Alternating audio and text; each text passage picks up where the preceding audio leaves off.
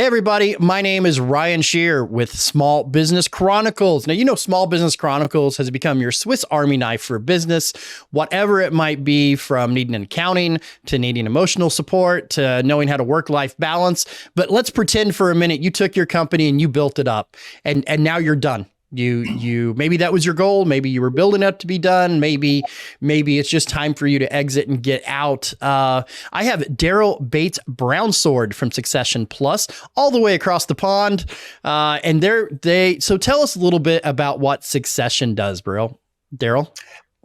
Sure, no worries. Hey, what we do is that we work with SME business owners so that business that's just gone beyond the lifestyle self-employed size, so 10 people plus to 250 people. And in that sector, there's a great opportunity for business owners to create value in their business so they can actually sell it. The flip side is that of those that do, only 1 out of 5 do end up creating enough value to sell. 4 out of 5 try to sell and don't. So we work with those business owners to make sure to increase their odds so that they can be one of the ones that can sell and make themselves attractive to be acquired and ultimately exit like a boss. So tell me the difference between that 1 and those 4. You said that 1 in 5 try to sell and 4 are unsuccessful. So what are some of those value points that make a business that 1 in 5? That's exactly the right question to ask. So what it is basically if someone's buying your business, they're throwing a lot of money at it and potentially more money than your home is worth. So a truckload of money. Now, whenever you're going to spend that amount of money, you want to make sure that you know what you're getting and that you want to de-risk it as much as possible. So the 4 out of 5 essentially represent that they're just too risky to be acquired. So why are they too risky? Because the buyers are looking, when they buy your business, they want to know that whatever trend your revenue or profit has been taking over the last few years is going to continue without you being there ultimately. So if it looks like the business requires you to be there to maintain that profit and you want to sell the business, that means you want to get out, then bottom line is it's too big a risk for the new people to take over your business. And the way we can address that risk is cover a whole lot of things, which I'll leave it up to you which ones you want to find out about. Well, no, that's fine. Like absolutely, that a lot of us build our businesses based on us. That if we were to go on vacation, then we can't because we're so ingrained and so involved in it. So that value marker of it's got to succeed without you is I think one of the biggest ones small business owners and even medium-sized business owners are going to fight with. I see it every day as I transition from marketing into podcasting. Every day I saw just how stretched thin the owner was of it. By doing all these multiplicity type things inside the business. Exactly. The business owner is doing everything. And look, the people who run or own or buy or start small businesses are driven people. So that tends to create a bias of control freak. A lot of them are control freaks and they want to make sure things are done right. So they want, some of them take pride in going, well, if you want it done properly, you got to do it yourself. And this business wouldn't survive without me. But the flip side is the more the business revolves and requires them to be there, frankly, the less it's worth.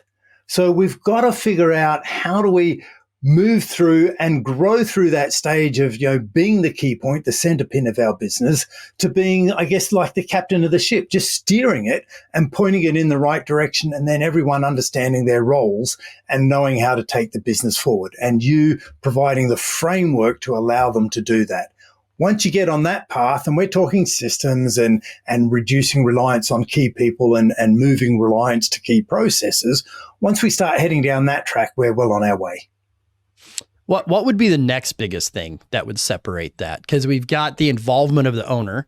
So what would be the next step down of the things that you see if you're wanting to get that company valuable for sale? Poor record keeping is another big one. Lack of control of financials. So, a lot of business owners run their business from their bank account.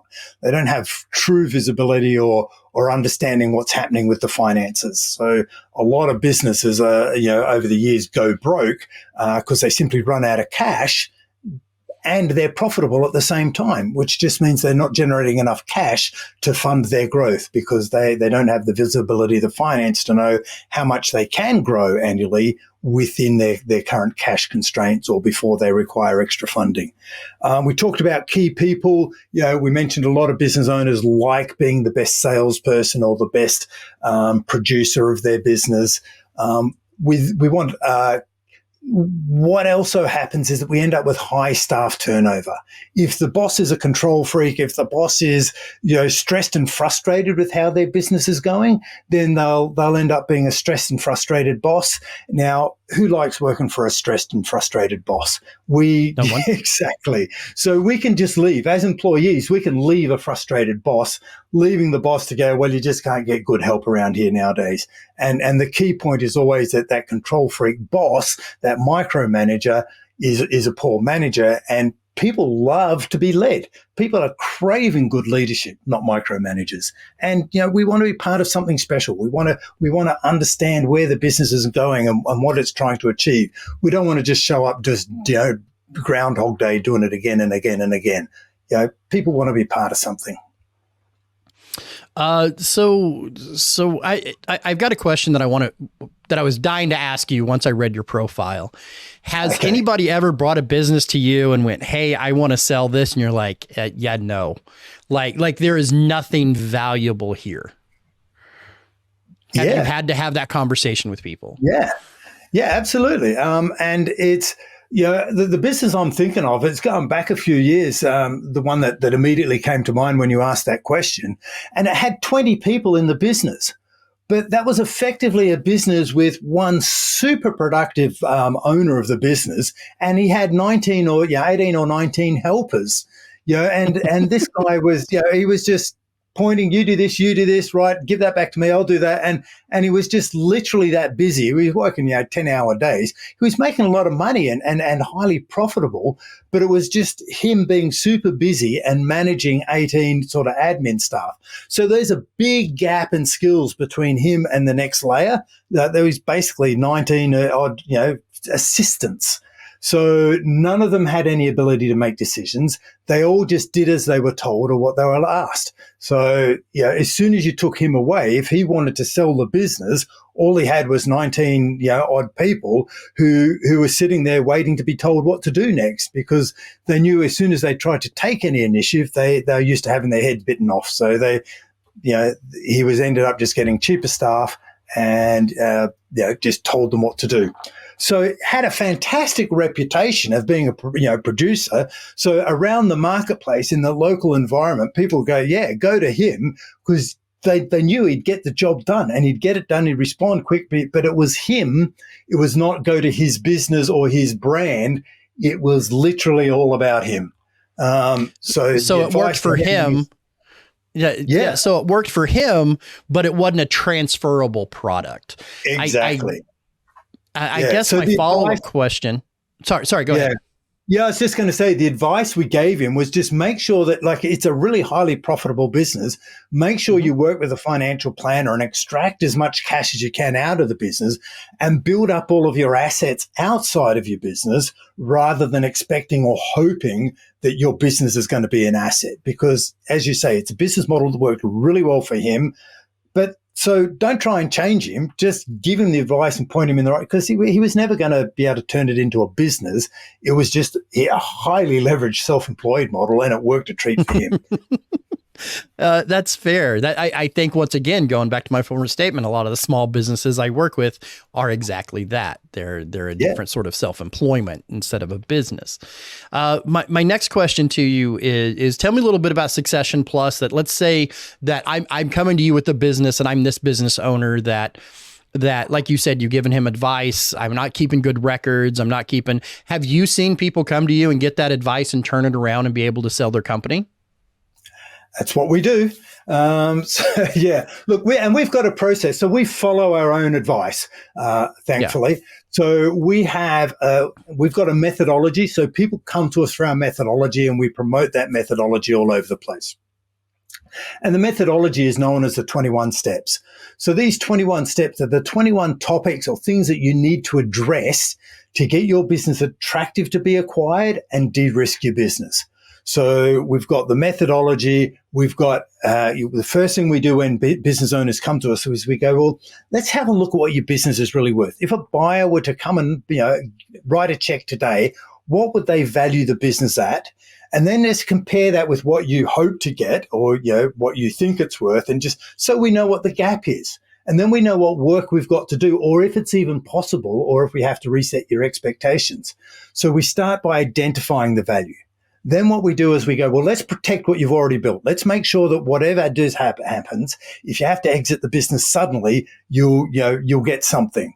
And then once we've protected it and just sort of shored up and protected what's there, then we can start to maximize the value. And it's like building on solid foundations. So we de-risk all the obvious risks and protections and address all the things that are the hygiene factors that buyers expect to be there before we start maximizing and going, all right, let's build all the added value items by tweaking and profiling and highlighting all the intangible assets. That's the process. How long, and I know it's going to be mixed. I know it's going to be mixed besides size and health of the company, but how long does this process take that, okay, I'm done with my business. I want out, whether it was planned, whether it's not, whatever, and I'm going to come to you. What's that process in time look like? So great question. Ideally, you want sort of 18 months, 2 years, bit longer if you can. If you really want to maximize the value, it's kind of 2 years plus. The longer, you better. But with just over sort of 12 months, you can make a difference and ensure that they will be more attractive to be acquired relatively quickly. But it's not a come in, just sweep up, and do a quick fix if you're really going to, because people who buy business, most business owners are only ever going to sell one business. People who buy businesses are buying more than one business. Mm-hmm. So they know all the tricks of the trade. They know what you've done to try and do a quick maximize value, and they see through those tricks, and it just creates doubt in their mind. If they see that this has been quickly tidied up, then they start wondering about what the rest of the business looks like. So in evaluation from day one with you, let's say I'm knee jerk. I just want to get rid of my business. I'm done with it. I don't want to take the 12 to 18 months. And so here's my evaluation of $1 million. But let's say that I do stick it out for that 12 to 18 months. Do you see those evaluations increase? And if so, by how much? Yeah, look, by how much depends on the starting point, but I've seen double. So in 12 to 18 months. And the reason that they can change by so much is if you have a look at the way a business is valued, there's normally a profit component. So mm-hmm. how profitable you are if you're operating at best practice profitability, and we can determine that fairly quickly. And then there's a multiplier of that profit, and that multiplier represents the risk. The less risk, the higher multiple. And then that multiple will also reflect as how attractive it is to a strategic acquirer. So if you can get your business and go, well, here's the things that we need to do to get you operating at best practice profitability, then that'll boost your profitability. And so that'll increase your valuation. But even more impact is once you move on to the strategic elements, and once we've done the foundational work, you can start to increase the multiplier. And as you can imagine, that if you start working on the multiplier, that can have a far greater effect on the valuation mm-hmm. of the business. Now, I'm just trying to keep it general because everyone, I can imagine people listening going, yes, but, what about this? What about that? Mm-hmm. Absolutely. Everything's different. But, I'm just trying to share the principles of how it works, and it is possible if you do the right. Now, there's a bit of timing and there's a bit of luck involved, but you want to set yourself up so you're in the best position to take advantage of any luck that does come your way or opportunity. Have you seen anybody start your program, come in and you're like, 12 to 18 months, we're going to get this done, and they get about that 12 to 18 month marks and fall back in love with their business and don't want to sell it? Like you come in and kind of help and they're like, hey, this shit's not so bad. Let's just keep doing this. Well, it's a really good point because it's not unheard of for business owners to fall out of love with their business, as you suggest, because they're stressed and frustrated and they're feeling the weight of the world on their shoulders and they're working 18-hour days or horrendous hours. Right, yeah. But the beautiful thing is that a business that's attractive to be sold is also attractive to be run. So it tends to be more profitable and easier to run. And that's why we don't do the broking or the M&A work or the investment banking work. We are just the consultants who get your business attractive. Because when owners say to us, "Hey, look, we might put off the sale," we go, "No problem. We've got nothing riding on the transaction." We're consultants. We help you get there. In fact, it's considered a success by us if you go, "Hey, I might just hang around and enjoy it for another couple of years. I've fallen back in love." What a way to go. Yeah, because I guess your role in it, if I understand it correctly, ends either way. If they decide to keep it or if they sell it, your kind of role at that point is to step back. So as long as the customer is happy and your client, is happy or whatever, that would resonate as a success. Yeah, look, absolutely. We can step back and sometimes, and it's a bit of both, but we often will have done a lot of the impact we can in 2 years. And some clients have asked us, they've been clients where we've worked with over many years because they've just kept growing. And as you keep growing, you then need different systems and different structures and different technologies for different sizes of business. So I remember one client I've worked with them for many years now. When I started them, they were less than $1 million turnover. And we're in the UK, so it was pounds, which is not too different to dollars, US dollars. They said, "Look, we want to get this to 5 mil valuation, and then we're out of here." The same owners are still running that business today, and they're doing over 40 mil. Now it's 15, 20 years later, but they've just gone, "Hey, look, I'm really enjoying this. I'm learning so much. I'm having so much fun. Let's go again. Let's just go again. Let's keep going."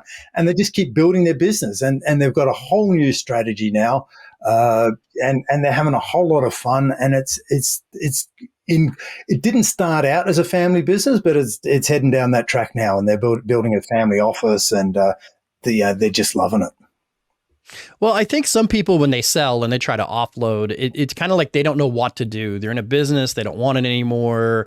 Maybe they designed it to sell. Things are going that way, and then you swoop in, make everything nice and pleasant, and it's back to doing that. So I always see. I didn't know much that you guys even existed, that somebody would swoop in, help you be able to sell, but it sounds like it's a positive experience one way or the other. You get cashed out and you get to move on with your life, or you get a business put in a place that maybe is more manageable to you, that have options you didn't perceive before. I think that's the key word. You've got options, and you may not have known what the options were before, but you've now got options, and you're in a position to take advantage of it. Look, one of the best things that we can do is with a business owner that has the foresight and says, "Hey, look, I want to get exit ready. I have no intention of exiting anytime soon, but let me get exit ready now." When they do, that puts them in a position that they just show up in the marketplace as being attractive and being a good business, which attracts interest from potential buyers who may come and tap them on the shoulder and go, "Hey, I'm interested in buying your business." Now, offers like that don't happen every day, but when they do happen, you want to make damn sure that you can take advantage of it, because the biggest thing that can kill a deal is lack of momentum and taking a long time to respond. If your business is exit ready, you can respond to all the requests. You can make things happen really quickly, and you can have a deal of a lifetime, as opposed to what happens 95% of the time. Whereas they'll tap you on the shoulder, they'll have a look, you start conversations, and because you're not attractive, you're not exit ready, they'll just walk away and look for the next opportunity. So it's about begin with the end in mind and being ready for those unplanned opportunities. Have you, as we're winding down here, have you ever had a business that was like, this is just a weird business, that it was like something out of the norm, out of what you would structurally see a normal business being? Yeah, I'm going to answer that differently, if I may. Fair. No, go right ahead. And what I'm seeing is, I think there's an evolution over the last, let's say, 20 years from traditional mum and dad type of businesses. And if you have a look at what's happened in the corporate world, there's been, over those 20 years, there's been a lot of restructuring and change of the corporate landscape. And there's a lot more people who have gone out and wanted to be masters of their own destiny and become self-employed. And they're in self-employed, and especially over the last couple of years with the pandemic and what have you, it's restructured and accelerated change in the workplace environment. Now, what's happened is a lot of those people have gone out on their own, and then all of a sudden they go, hey, it's lonely out here on their own. And they realize that they have to do the sales and the marketing and the finance and the back office and the admin, as well as the product, which is the bit that they love. And so they realize they've only got a third of the time to do, run the whole business and doing the part that they love. and they go, oh, and when I was employed, I was getting all of my professional development and I'm not, that's getting put on the back burner now. Oh, and I love bouncing ideas around and developing things with my peers and bouncing around. So they're missing all of that. So there's a lot of, over the last few years, a number of years, there's a lot of these co-op type of organizations, call it semi-franchise, call it, there's, I don't know what the new business model, in certain professions, it's like the gig economy, but there's a whole lot of people coming together to work under one brand and work on projects together, but they're showing up under one brand and they're learning the methodology and the IP of that organization, and that's all they're working for. So it's a hybrid model of being master of your own destiny, but working for really just one on your terms. Now, there's pros and cons of that business model, but I see the landscape changing, and there's a lot more organizations like that. As we move forward. So there's a bit of a difference. I know it's not a direct answer, but it's kind of what I'm seeing out there and what I've noticed over the years, especially as the economy changes and we're a lot of service type organizations now. No, it's a great answer, because as I'm in my 40s now and I'm doing different things and I don't really want to work for other people, but you're exactly right. You want to work with other people. I'm seeing that more and more. So what are the challenges? So that brings up another question. What are the challenges of selling a business like that? Because there's got to be, from dealing with one person to a group to those. Yeah, good. Yeah. So we need different ownership structures. So, do we have a dozen owners, or do we have some sort of ownership through a trust where the trust is the decision maker?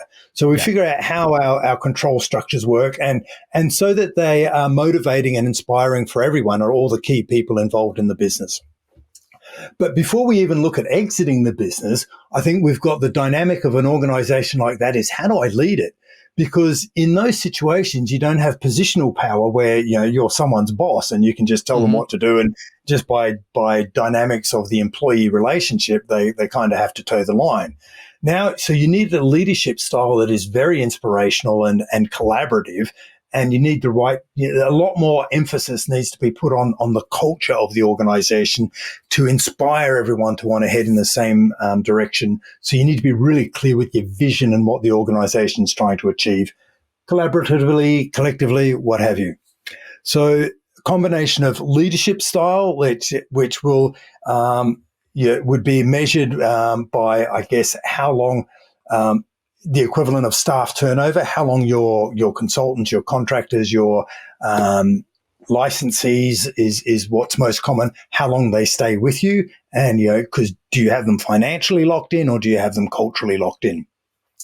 And then the legal structure of the agreement. How do you have a structure where we have the right people that can own and be inspired and have some ownership of that structure, and keep them all pointed in the same direction and have decision-making clarity as well. So it's a combination of real corporate and real self-employed type models there tied together. So I think that's where the future's taken us. Well, it sounds like you got your hands full, because there's going to be many, many different iterations. Like it's not just a one size fits all solution to getting your business ready and to go. And thank you so much, Darryl, for coming in and explaining this. Because like I said, before I sat down with this podcast with you, I didn't even know this was a genre of consulting out there. But you've impressed me, and I can see where the value for this genre of consulting is, because I think a lot of people are done with their business, or they want out and they just throw a for sale sign on it, struggle. And then after they lose their passion, it goes out of business, which I can absolutely see that 1 out of 5 that only makes it. So for all my business owners out there, if you're thinking about exiting, getting out, whatever, let us know how we can get a hold of you and Succession Plus. Well, the best way to get hold of us is the website.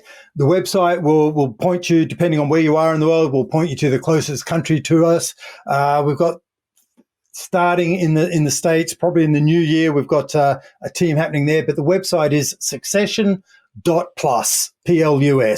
It's it should be pretty easy to find, and you'll see my name on the website. Fortunately, there's only one of me globally, so my wife and family are quite thankful for that. They said the world couldn't cope with another one of you, Dad. But Darryl Bates-Brownsword, you'll find me on LinkedIn. Hit me up, I'll respond, and depending on where you are, I'll point you to the key representative, person who can help you, who's closest to you. Absolutely, thank you. Say that one more time. Sorry, I didn't mean to step on you. If I'm the right person, more than happy to help as well. Absolutely. And that's Darryl Bates-Brownsword from Succession Plus. My name is Ryan Sherrer with Small Business Chronicles. You can find me on smallbusinessdelivered.com, along with Marketing Masters and Business Breakthroughs. This is a weekly show. Just come in, sit down, do a little business with us. If you want a podcast of your own, Titan Media Works, titanmediaworks.com. That's what we specialize in, is podcast production.